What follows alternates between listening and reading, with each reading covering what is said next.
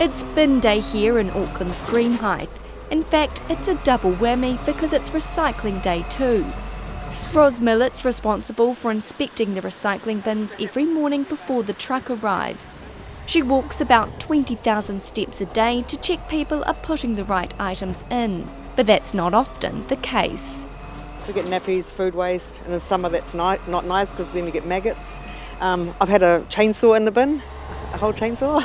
If the bin is contaminated, it gets a red or orange tag to inform the household, and the driver gets an alert not to pick it up.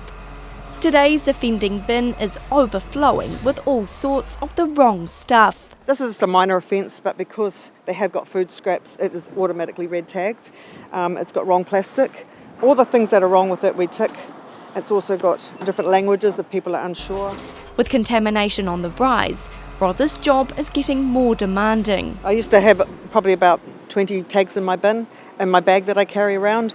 Now I'll use that on a street. It's frustrating though. It's normally the same people that are repeat offenders, so yeah. Once Ros has finished her inspections, rubbish truck driver VJ rumbles along to collect the uncontaminated bins. Today, Checkpoint hitched a ride.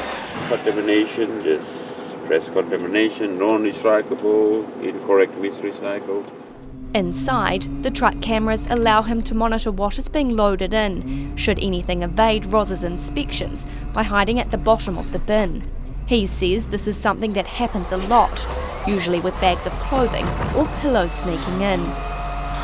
If that's the case, he pushes a contamination button, which sends the household's address to council.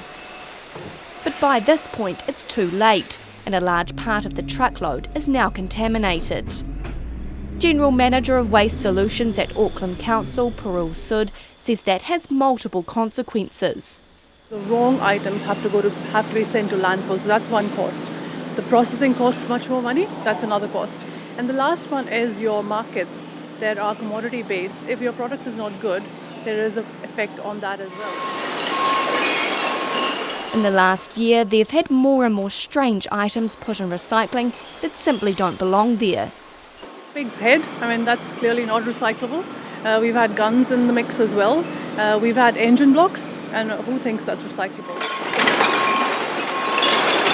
Once the bins have been collected, they end up here at the Vizi Recycling Centre in Onehunga. Pungent smell and the flock of hungry seagulls are a dead giveaway there are items that shouldn't be here. Around 250 tonnes of recycling gets sent back out to landfill from here a day. Recycling bins in public places are processed at a different facility, but their contamination rate is far higher at 80%, which means it mostly can't be recycled at all. The curbside recycling sent to Onehunga gets loaded onto a conveyor belt and then sorted and grouped into different materials. Materials like glass are then sorted. Paper, cans and plastics are then processed into bales. Over 120,000 tonnes of this material goes to market here and overseas. If a resident's bin is red tagged 3 times within 3 months, the council will consider removing their bin altogether.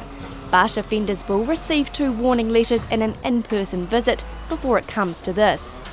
The council says while the number of confiscated bins is relatively low, if contamination levels don't improve, tougher measures will be enforced.